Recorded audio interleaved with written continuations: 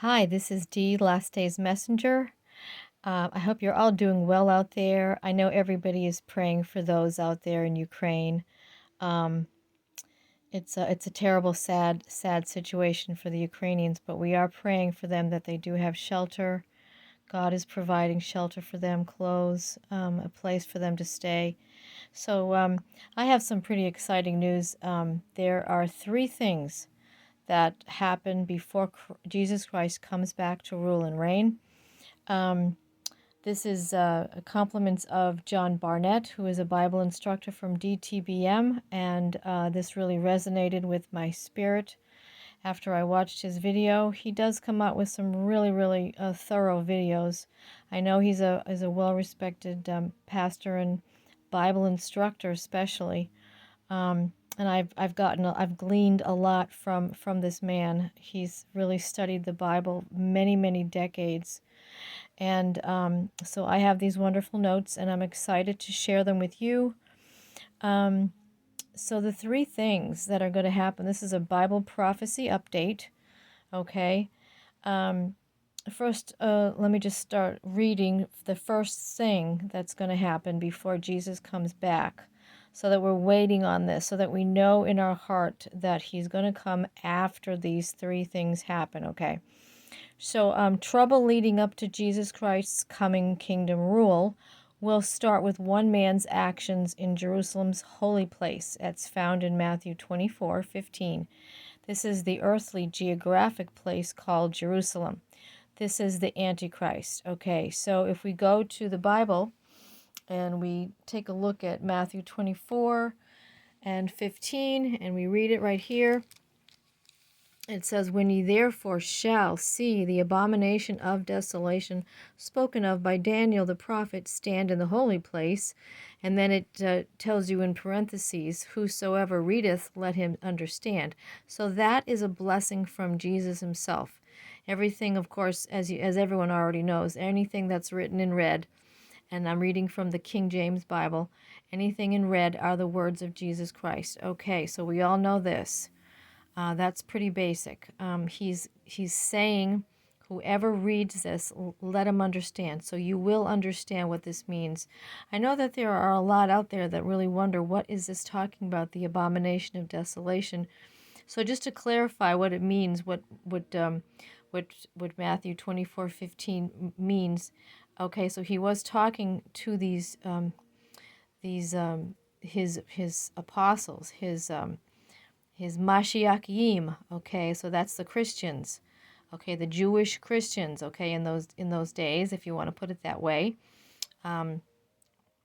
He is the Mashiach, so he was talking to his Mashiachim. So there you go, a little Hebrew there.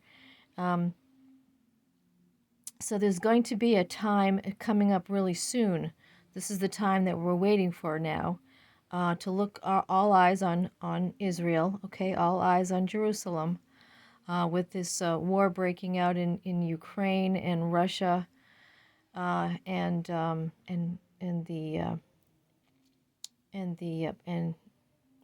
Putin, who is in control. I won't say anything about Putin, okay? I'm just not going to say anything about him. A lot of people have already made some statements about him. I'm not going to say anything. Okay? He is the one that's the dictator over there, over in Russia. Okay, so we're talking about the abomination of desolation spoken of by Daniel the prophet. So we are going to be waiting to see this particular instance happen that's going to cause the abomination of desolation. So what is it? So it's going to be that the Antichrist himself, or it might be one of those kind of an image, just like just like Nebuchadnezzar had an image that everyone had to bow down to, kind of thing. So I'm pretty sure that this is what this means. That's going to cause the abomination of desolation. And this is what he's saying here. At that time, then it goes on to 16, let them which be in Judea flee. Let 17, let him which is on the housetop not come down. 18, neither let him which is in the field return back. Woe unto them that are nursing. Pray that your flight might not be in the winter, neither on the Sabbath day, because that day is going to be, that time is going to be a great tribulation in 21, such as was not since the beginning of the world, nor ever shall be, and except those days be shortened, there should be no flesh saved. But for the elect's sake, those days shall be shortened. Okay, so I think it's some kind of an image that's going to be right in the temple. Each time the term the holy place is used in the Old Testament, 54 times, John wrote down and told us, and the New Testament, it's written 5 times. It's almost always, or I should say, not almost always, it is always the temple or the tabernacle. There is going to be a real person coming to that literal place, okay? The human that Satan enters and empowers to become, Matthew 24:15 through 20, at the abomination, causing the Antichrist. So the Antichrist heads a future revived Roman Empire. So we can see that in Daniel 9:26 and 9:27. So let's open up to that here. This is Daniel 9:26 and 27. Here it is.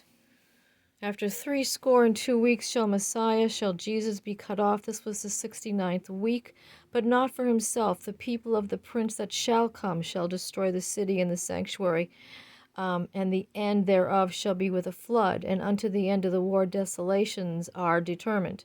27. Now this is a part where it threw me for a little while, because in studying this I always thought it was the Antichrist, because it says he shall confirm the covenant with many for 1 week. And then some of the messengers and the watchmen out there I've listened to on YouTube have completely said the wrong thing. They say it's talking about Jesus himself. And I've even read some things online after I've searched it that say that it was Jesus and that was the 70th week. And it's not so. Okay, we're waiting for this to happen. 27, he shall confirm the covenant with many for 1 week. So that is not really a week's time. That is 7 years. And in the midst of this, in the 7 years, he shall cause the sacrifice and the oblation to stop. And for the overspreading of abominations, he shall make it desolate, even until the consummation. And that determined shall be poured upon the desolate. So you do have to go to the Strong's Concordance and look up abomination, which I did. And you can also look up the word desolation, and I did that as well. I didn't write it down for this one, but that's something you can always do on your own. So the Antichrist is from the Roman Empire. The people that destroyed the city back then in Jerusalem, 70 A.D., Herod's temple. It confirms the Antichrist is going to confirm a covenant and bring abomination. That abomination, and so a lot of people, and I agree with these scholars, and I agree with everyone that I've listened to in the course of many years, and they definitely say that it's going to be the Antichrist himself that's going to be standing in the temple. Which is going to cause an assail to happen. It's going to cause that to happen. Abomination. So it could be an image or it could be him himself. We're not quite sure about this exact thing, but this is what we're waiting for. And then the second thing, Christ's coming kingdom rule will follow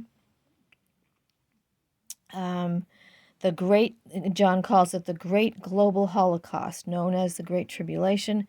That's in Matthew 24, 21, 22. Jesus emphasizes what precipitates his return has not happened. It's going to be so catastrophic it only happens once. And Jesus is quoted as saying, "This will be great, not been nor ever shall be." Great meaning it's going to be extremely, overwhelming. No flesh shall survive if it's not cut short by God. God is going to cut it short. Okay, so then turning the page here, the third thing that does have to happen before Jesus comes back to rule uh, it's going to be seen by every one of us, every saint that's ever lived, also by every human alive on earth at the closing moments of the tribulation, spoken of Matthew 25, 31, 32. All of the holy angels come with him. This is described as the second coming in Revelation 19, surrounding the events at Armageddon.